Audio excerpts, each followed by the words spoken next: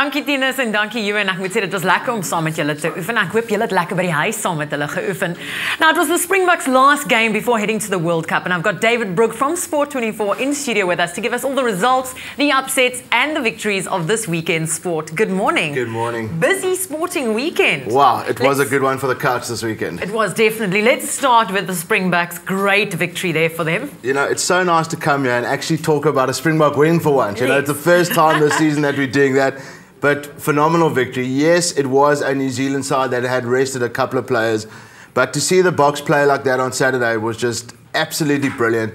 Morné Steyn was absolutely sublime. He got 18 points. His position was under serious threat. But in a World Cup, and people need to understand that in a World Cup, you don't get bonus points. People aren't going, the teams are not going for tries. They're going for the win. No matter how messy, they go for the win at all costs. So the game that Morné Steyn plays actually works at a World Cup. And he had to prove on Saturday that he was the man for the kicking job. And he totally he outshone everybody else. Heinrich Brusseau was fantastic. You know, the guy was just battered and bruised everywhere. Just brilliant. You know, a couple of injury doubts though. Pat Lambie, Peter de Villiers, they're announcing the squad tomorrow at 7:30. And Pat Lambie might be a doubt, but they traditionally don't talk about injuries until Monday. Yeah. So we'll know more today. But I don't expect too many shocks in the Springbok squad for the World Cup, because now with 16 days, 18 days, 17 days till the World Cup, I don't think they're going to spring any shocks. Peter de Villiers is very straightforward. He knows his team. So it should be interesting times now. But it's great to now go into the World Cup with a bit of momentum. New Zealand, on the other hand, they need to beat Australia this weekend in Australia to win the Tri-Nations. Now, if they lose, all of a sudden they've lost their last two games heading into the World Cup. So it's all about momentum going into the World Cup. The Springboks now looking all right. Yay, exciting for us. But now there was a bit of an upset this weekend. The Lions have won every single Currie Cup game they've played so far this season. They finally lost. They finally lost. I was very upset about that, because even though they were playing Western Province, I thought it would just be nice for the underdogs, the Lions. What was really nice about that game was the province fly-off, Dimitri Katrakilis. He's a UCT fly-off. He played Varsity Cup last season. So it's nice to see these guys coming through the ranks and really shining at top-level rugby. You know, Dimitri Katrakilis is a young guy, but to go in that pressure situation and kick like he did on Friday night was just fantastic. Elton Yankees had a kick in the last kick of the game to win it for the Lions, but from 50 metres. But shame, his kicking coach, Carlos Spencer, in the manager's box, knew that he wasn't going close, and he already had his head in his hand. He knew, and he didn't kick it, and Province beat the Lions. A good win for the Sharks this weekend.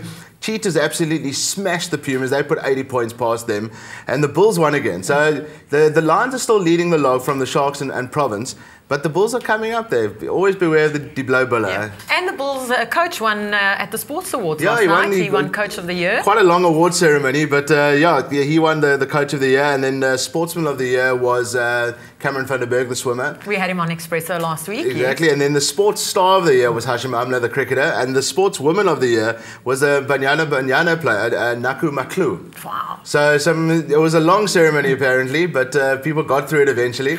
But And then going over to soccer this weekend, internationally.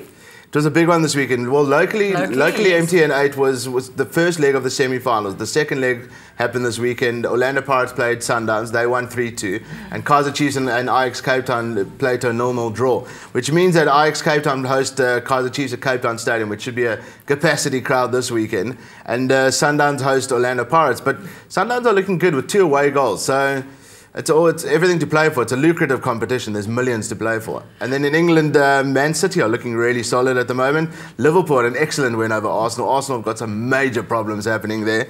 They've sold a couple of key players, and they just haven't bought any players. So the fans are going, okay, Arsene Wenger, you need to start buying players so we can compete with the likes of Man United and Man City. Man United tonight, there's some good football on. Man United are playing your team, Spurs. Yeah. They've finally played their first game of the season. Remember last week their game was postponed because of the riots. Yeah. So they play their first game of the season.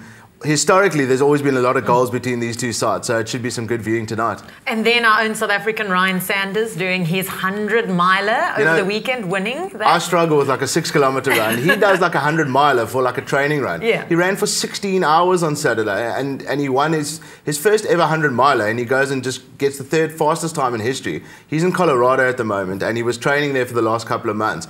The guy's just a machine. I mean, kudos to him. I've run with him before on like a social run, and the guy is just he takes his mind and his body to another level entirely that us normal people can't understand. But kudos to him. He's done extremely well. It's great to see South Africans doing well in sport. Brilliant, eh? David Brooke, great chatting to you. We'll catch up on Friday with all the sporting action with the rest of the guys from Sport 24. It's now time to find out how a professional golfer manages to achieve his highly impressive physique while maintaining the ability to swing a golf club with grace. Let's find out.